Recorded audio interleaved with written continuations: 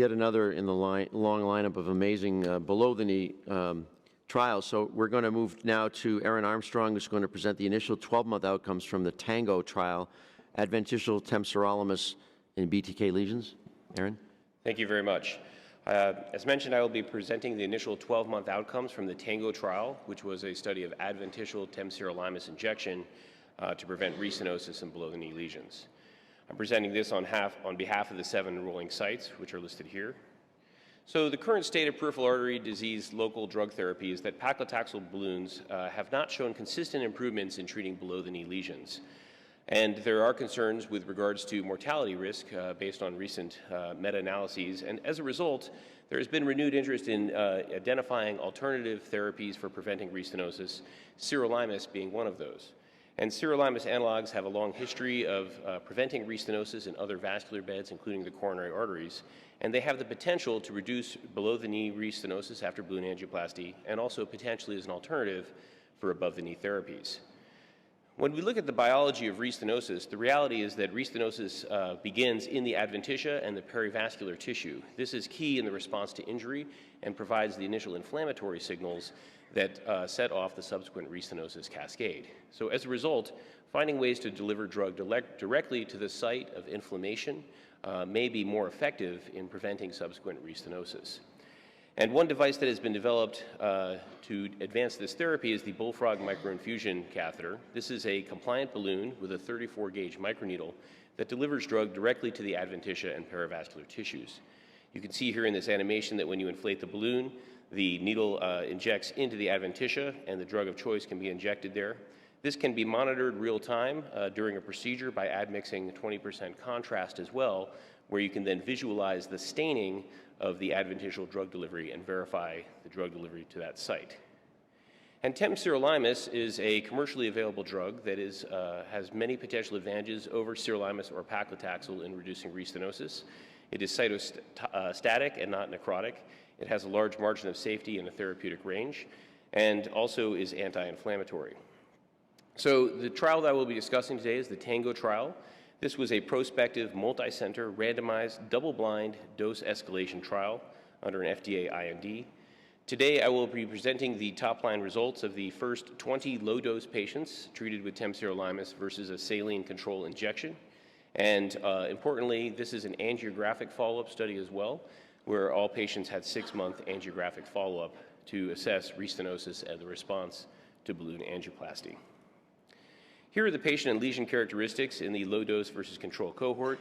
You can see that this is a group of patients with a high prevalence of diabetes, dyslipidemia, hypertension, and equally split between Rutherford 3 and Rutherford 5, but importantly with a long mean lesion length in the range of around 120 millimeters and a high prevalence of total occlusion at baseline as well, 45% in each group. So before presenting the results, I want to talk for a second about how we define success for long below-the-knee lesions. And I think increasingly we've recognized the limitations of duplex ultrasound in identifying restenosis and the presence of occlusion. And so because we had angiographic follow-up in this study, we wanted to identify how to define the extent of restenosis and have developed a metric called transverse view area loss percentage.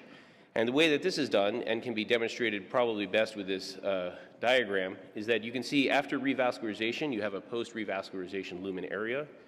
During angiographic follow-up, you have an area remaining at follow-up, shown in the light blue, but also an area lost, which represents the area of restenosis. So TVAL is the area lost divided by the post-revascularization lumen area.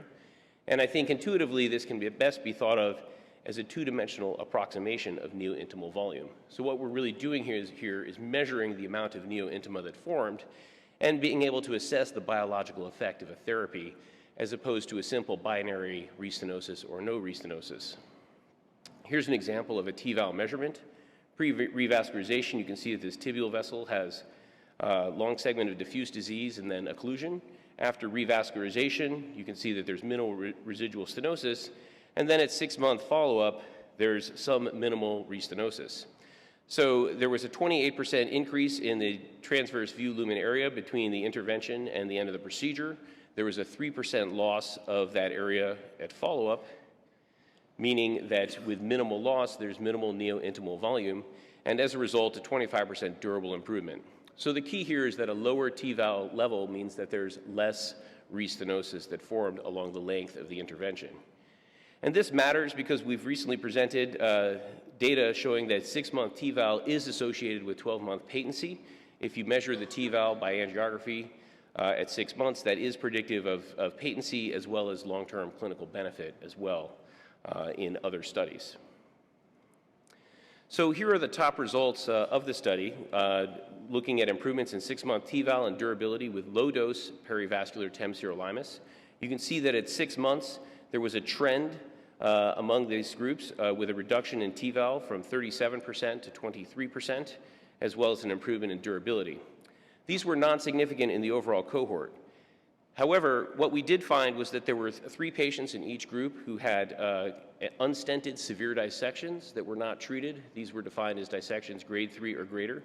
And because we know of the association between residual severe dissection and the likelihood of recurrent occlusion, all of these patients did have occlusions at 6 months.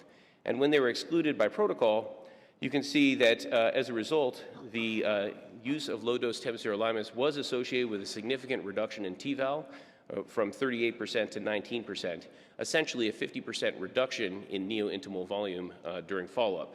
And consistent with that, there was a significant improvement in 6-month durability as well.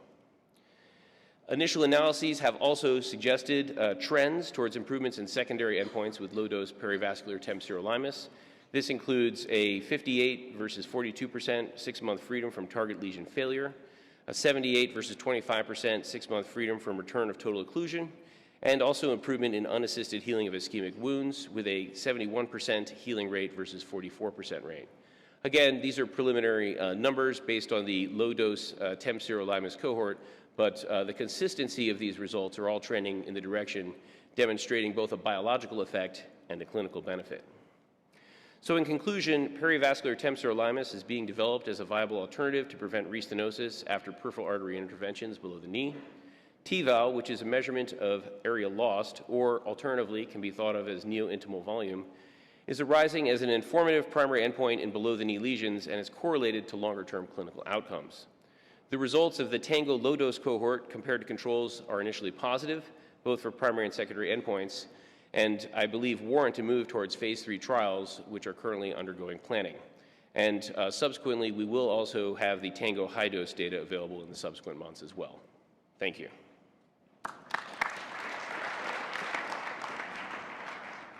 Congratulations, Ehrin. Fantastic talk.